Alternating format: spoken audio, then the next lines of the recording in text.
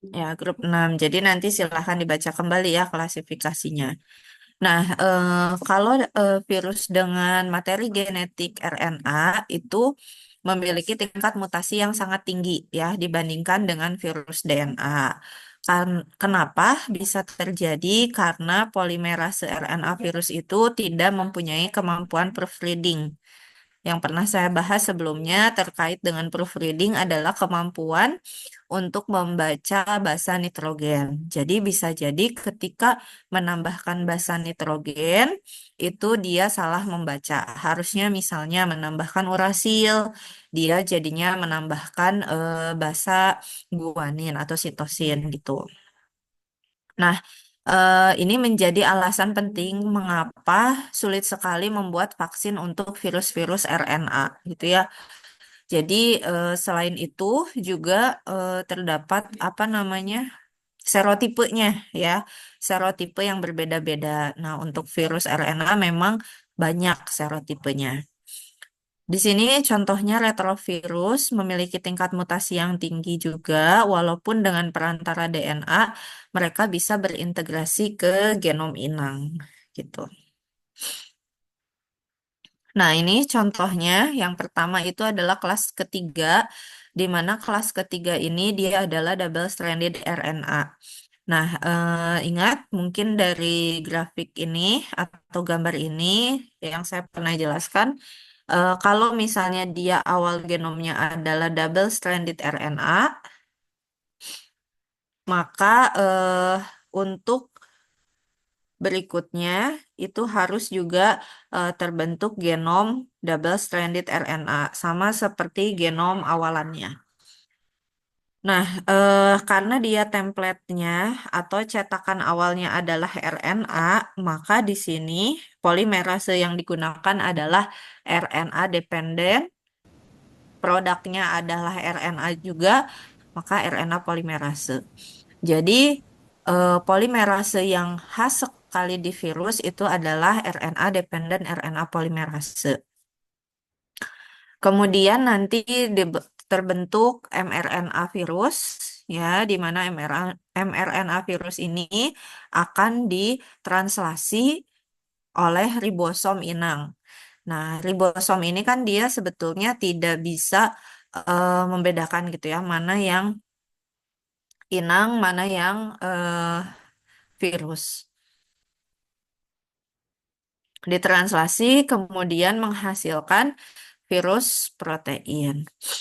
Nah, di sini ada contoh juga rotavirus, di mana rotavirus itu penyebab paling umum gastroenteritis akut pada bayi, ya. Nah, seperti yang pernah saya ceritakan juga, kalau misalnya ada orang diare nih, nggak sembuh-sembuh ya ketika dikasih antibiotik, maka penyebabnya itu bisa juga disebabkan oleh virus, yaitu adalah rotavirus. Nah, rotavirus ini dia memiliki 11 segmen. 11 segmen di mana setiap segmennya itu mengkode satu protein, kecuali segmen ke-11 yang mengkode dua protein. Jadi totalnya ada berapa protein? 12. Ya, ada 12 protein. Nah, di antara 12 protein itu, 6-nya adalah sebagai protein struktural, berarti protein yang sebagai pelindung ya, atau yang membentuk struktur dari virusnya. Nah, 6 protein lainnya berupa protein non-struktural. Begitu ya. Kemudian protein virus ini membentuk nukleokapsid baru di sekitar RNA replikase dan RNA untai positif sehingga eh, double stranded RNA yang dihasilkan yang ini dia tidak akan didegradasi oleh protein inang kita atau didegradasi oleh proteasom gitu ya.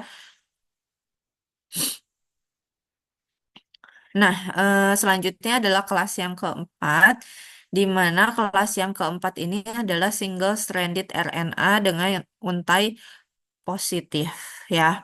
Karena dia bentuknya untai positif, ini dia bisa langsung ditranslasi menjadi virus, protein virus. Nah, untuk membentuk genom virusnya, dia memerlukan dua tahapan. Ya, kenapa dua tahapan? Karena awalnya itu adalah untai positif. Jadi ketika si genom virus ini disalin, dia akan menghasilkan dulu untai negatif. Sedangkan kan genom yang diinginkan itu adalah yang positif. Sehingga dia harus dilakukan replikasi ulang, dibuat salinannya dengan untai positif. Jadi ada dua tahap ya pembentukan genom virusnya. Oke, kemudian contohnya di sini ada picornavirus, di mana picornavirus ini ukurannya adalah 22 hingga 30 nanometer. Ya, jadi 10 pangkat min 9, kecil banget ya. Protein kapsid ini membungkus untai RNA, jadi di bagian luarnya dia ada kapsid, sekitar 7.500 nukleotida. Kemudian membawa protein virus non-kapsid, atau namanya itu adalah VPG yang terikat secara kovalen pada ujung 5 aksen ya dari RNA-nya dan poliadenin di ujung 3 aksen. Nah, jadi mungkin yang teman-teman pernah ingat ya bahwa kalau mRNA dari manusia atau inang itu selalu 5 aksennya itu ada cap ya. Nah, 3 aksennya itu ada poli A, poli A gitu ya, sehingga struktur dari mRNA picornavirus itu sangat mirip dengan mRNA dari manusia. Sehingga tadi saya sampaikan ribosomnya mengira ini adalah genom virus gitu, sehingga langsung saja dia translasi menjadi suatu protein. Kemudian ada virus polio ya, di mana virus polio ini bisa menginfeksi sel epitel pada saluran pencernaan dan sel sistem saraf pusat. Nah, kenapa sih polio itu menjadi berbahaya ya? Bahkan sampai ada imunisasi polio gitu. Karena dia itu paralitik gitu ya, bisa juga menyebabkan kelumpuhan seumur hidup. Nah, jadi dengan imunisasi bisa mencegah gitu ya pembentukan antibodi dulu, sehingga ketika kalau kena itu bisa memberikan sistem imun kekebalan terhadap virus polio.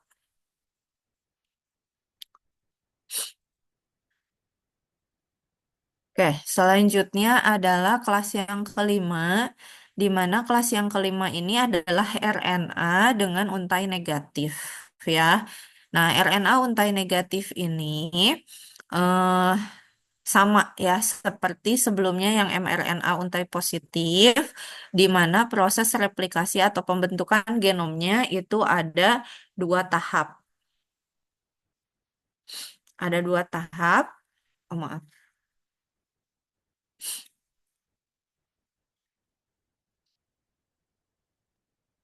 Tahap yang pertama itu adalah disalin menjadi untai positif, terakhir adalah genom virusnya. Ya, salah satu contohnya adalah virus rabies.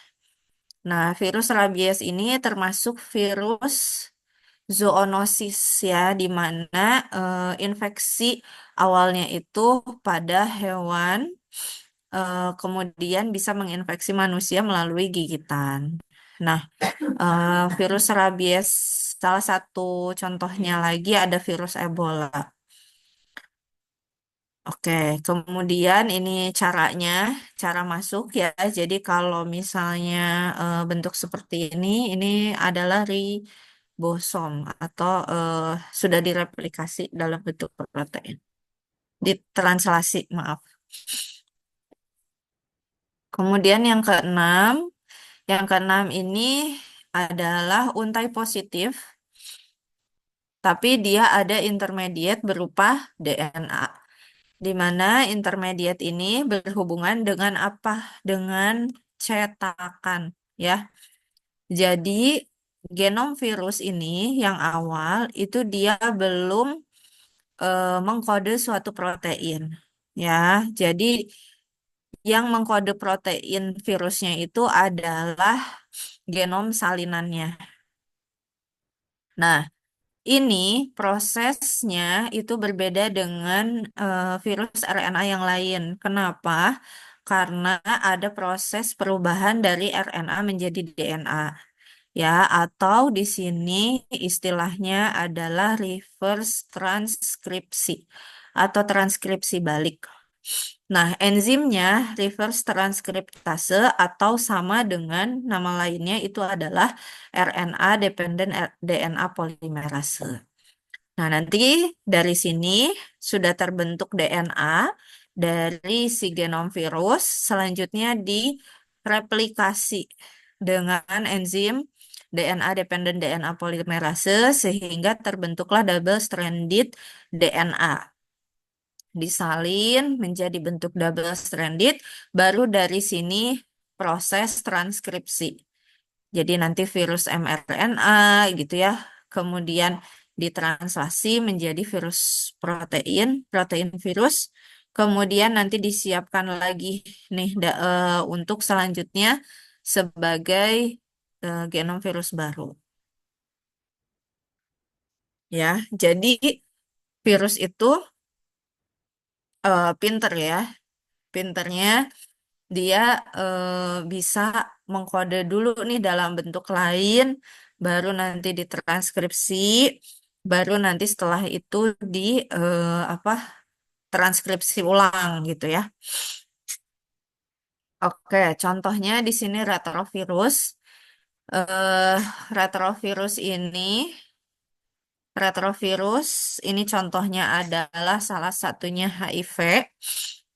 Makanya apa ya HIV itu proses penyembuhannya itu ya sebetulnya tidak ada penyembuhan ya, tapi lebih ke arah menekan proses replikasi gitu ya. Makanya mungkin kalau sulit dibilang sembuh ya sulit ya, karena tadi itu ya tidak proses proses dia replikasi di dalam tubuh itu tahapannya sangat kompleks dibandingkan dengan virus RNA yang lainnya. Ya, kalau teman-teman lihat dia ada reverse transkriptasenya, ada transkripsinya juga, terus ada proses translasinya juga gitu, ya. Jadi yang bisa dilakukan adalah menekan proses replikasinya, tapi tidak bisa menghilangkan secara eh, betul-betul gitu ya proses replikasi virusnya gitu. Makanya orang dengan HIV itu selalu harus melakukan kontrol. Kontrol viral load namanya ya. Viral load itu fungsinya adalah untuk mengecek jumlah virus yang ada di dalam tubuhnya. Gitu. Ini salah satu contoh bagaimana virus HIV itu menginfeksi ya. Mulai dari mengenali di sini proses pengenalan reseptor ya, CD4 ini binding, kemudian fungsi membran di sini, kemudian nanti lepas nih membrannya, masuklah si nukleokapsid dengan materi genetik ya, kemudian di reverse, terus masuklah ke inti sel, di mana inti sel di sini dia akan melakukan integrasi, integrasinya kemana? Ke kromosom inang. Tuh ya. Jadi kalau udah bersamaan dengan kromosom inang, ya udah pasti ditranskripsi, udah pasti ditranslasi gitu ya. Oke, ada pertanyaan?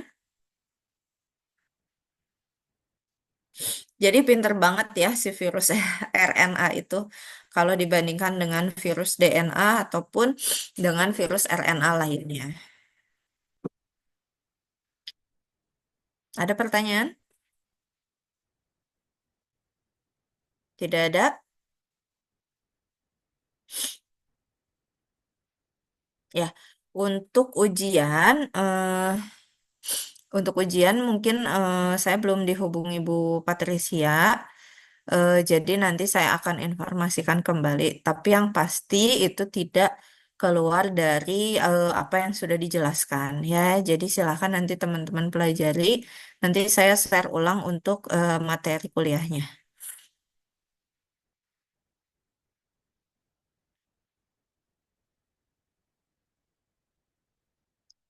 Nggak ada pertanyaan?